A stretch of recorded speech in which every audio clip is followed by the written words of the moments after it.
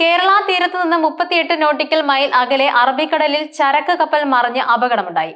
Liberian പതാകയേന്തിയ MSC Elsa 3 എന്ന cargo ഷിപ്പാണ് അപകടത്തിൽപ്പെട്ടത്. കടൽ ചുഴിയിൽ അകപ്പെട്ടാണ് അപകടമുണ്ടായതെന്നാണ് പ്രാഥമിക നിഗമനം.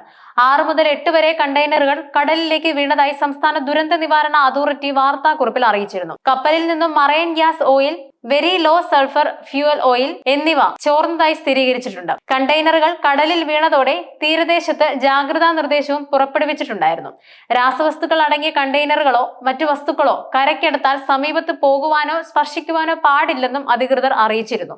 തൊട്ടടുത്തുള്ള പോലീസ് സ്റ്റേഷനിലോ 112 എന്ന നമ്പറിലേക്കോ വിവരം അറിയിക്കണമെന്നും അറിയിപ്പ് നൽകിയിരുന്നു. 24 ജീവനക്കാരാണ് കപ്പലിൽ ഉണ്ടായിരുന്നത്.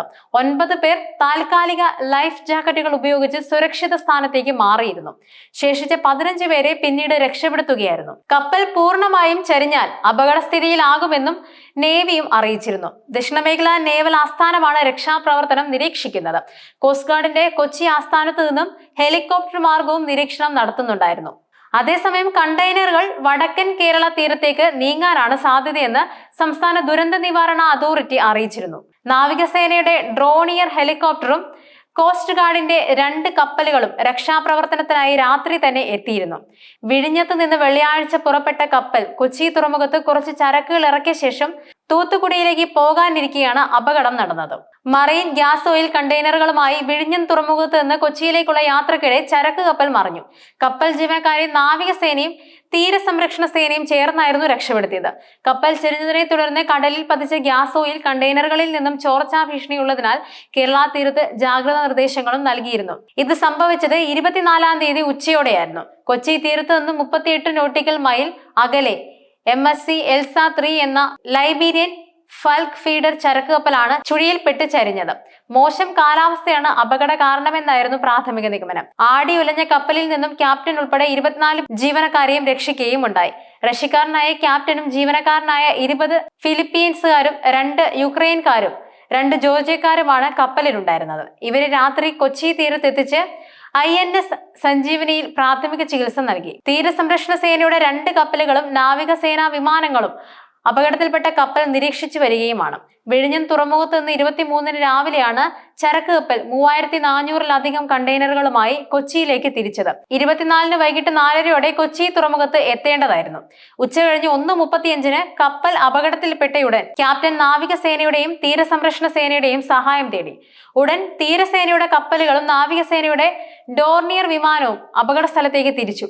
സുരക്ഷാ ജാക്കറ്റ് ധരിച്ച് കടലിലേക്ക് ചാടിയ 9 ജീവനക്കാരെയാണ് ആദ്യം രക്ഷിച്ചത്. പിന്നീട് മറ്റുള്ളവരെയും രക്ഷിച്ചു.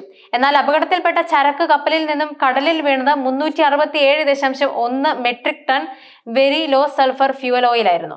84.4 metric ton marine gas oil, sulphur fuel oil, high density diesel എന്നിവയടങ്ങിയ കണ്ടെയ്നറിനുള്ളിലെ ഇന്ധനത്തിൽ സൾഫർ സാന്നിധ്യം ഉൾപ്പെടെ ഉള്ളതിനാൽ കേരള തീരത്ത് ദുരന്ത നിവാരണ അതോറിറ്റി ജാഗ്രതാ നിർദ്ദേശങ്ങളും പുറപ്പെടുവിച്ചിരുന്നു. രാസപദാർത്ഥമുള്ള കണ്ടെയ്നറുകൾ കേരള തീരത്തടിയാൻ സാധ്യതയുണ്ടെന്നും അവയിൽ സ്പർശിക്കുക പോലും ചെയ്യരുതെന്നുമായിരുന്നു മുന്നറിയിപ്പുണ്ടായിരുന്നത്. മത്സ്യത്തൊഴിലാളികളും വിനോദസഞ്ചാരികളും അടക്കം ജാഗ്രത പാലിക്കണം. തീരദേശത്ത് കാണുന്ന അജ്ഞാത വസ്തുക്കൾ എടുക്കുകയോ തുറന്നു നോക്കുകയോ ചെയ്യരുത്. കടലിൽ എണ്ണപ്പാട കണ്ടാലും തുടരുത്. അസാധാരണമായ എന്തെങ്കിലും കണ്ടാൽ പോലീസിനെയോ 112 എന്ന നമ്പറിലോ അറിയിക്കണം. 10-ലേറെ കണ്ടെയ്നറുകളാണ് കടലിൽ ഒഴുകി നടക്കുന്നത്. മധ്യ കേരളം മുതൽ വടക്കൻ കേരളം വരെ ഇവ എത്താൻ സാധ്യതയുണ്ട്. അതോടൊപ്പം പുറം കടലിൽ ചരിഞ്ഞ കപ്പലിന്റെ നിലവിലെ അവസ്ഥ സുരക്ഷിതമായിരുന്നുവെന്നായിരുന്നു മുൻപ് വന്നിരുന്ന റിപ്പോർട്ടുകൾ.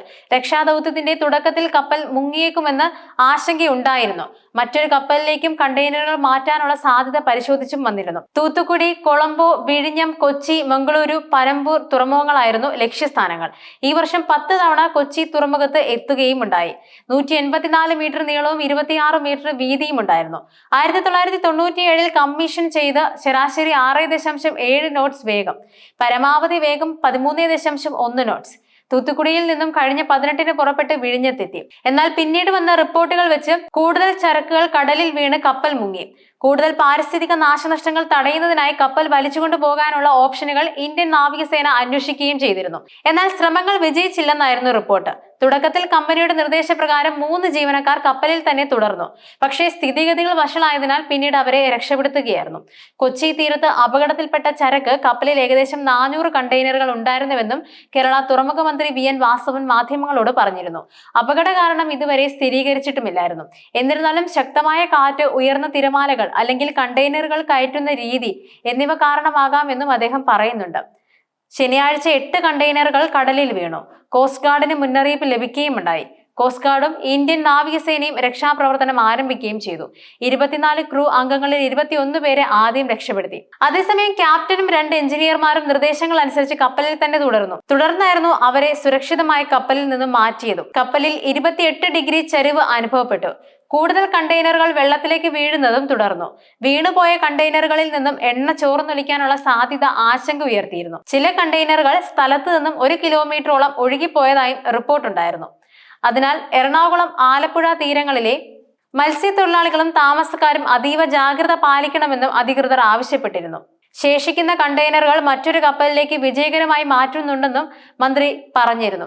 ശരിയായ അന്വേഷണത്തിന് ശേഷം കൂടുതൽ വിവരങ്ങൾ പങ്കുവെക്കുമെന്നും മന്ത്രി വാസവൻ പറഞ്ഞിരുന്നു. ഇന്ത്യൻ കോസ്റ്റ് ഗാർഡ്, നാവികസേന, ദുരന്ത നിവാരണ അതോറിറ്റി, കോസ്റ്റൽ പോലീസ് എന്നിവയെല്ലാം സുഗമവും സുരക്ഷിതവുമായ പ്രവർത്തനങ്ങൾ ഉറപ്പാക്കുന്നതിനുള്ള ശ്രമങ്ങൾ സജീവമായി ഏകോപിപ്പിക്കുന്നുണ്ടെന്നും അദ്ദേഹം കൂട്ടിച്ചേർത്തിരുന്നു.